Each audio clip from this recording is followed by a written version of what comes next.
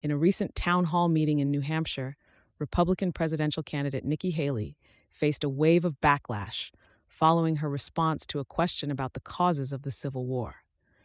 During the event, a member of the audience expressed astonishment at Haley's failure to acknowledge slavery as the central issue of the historical conflict that tore the United States apart in the mid-19th century. The former South Carolina governor and United Nations ambassador has been traveling the country as part of her campaign efforts, engaging with voters on a variety of issues. However, it was her interpretation of one of America's most defining periods that caught the attention of voters and historians alike, reigniting a conversation about the legacy and understanding of the Civil War in contemporary American politics. The Civil War, which lasted from 1861 to 1865, is widely acknowledged by historians to have been fundamentally rooted in the institution of slavery. The Southern states' secession from the Union and the formation of the Confederate States of America were directly linked to the desire to maintain and expand slavery, which was seen as integral to their agrarian economy and social hierarchy. Haley's perceived omission reflects an ongoing debate in the United States regarding the portrayal and teaching of history, especially with regard to sensitive topics like slavery and the Confederacy.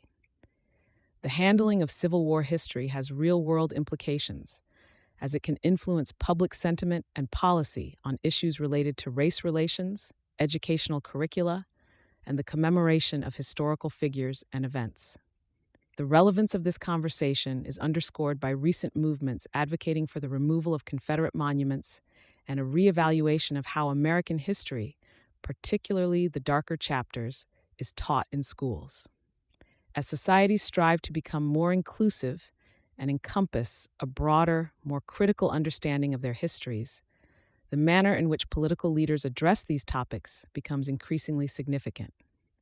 Nikki Haley's comments in New Hampshire have thus not only triggered a political maelstrom, but have also contributed to a larger national dialogue about historical memory and its role in shaping contemporary identity.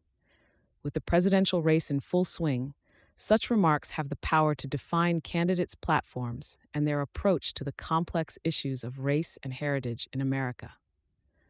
As the election season progresses, the nation's eyes will be on how candidates confront these divisive subjects, and more importantly, how they will guide America's ongoing journey to reconcile with its past.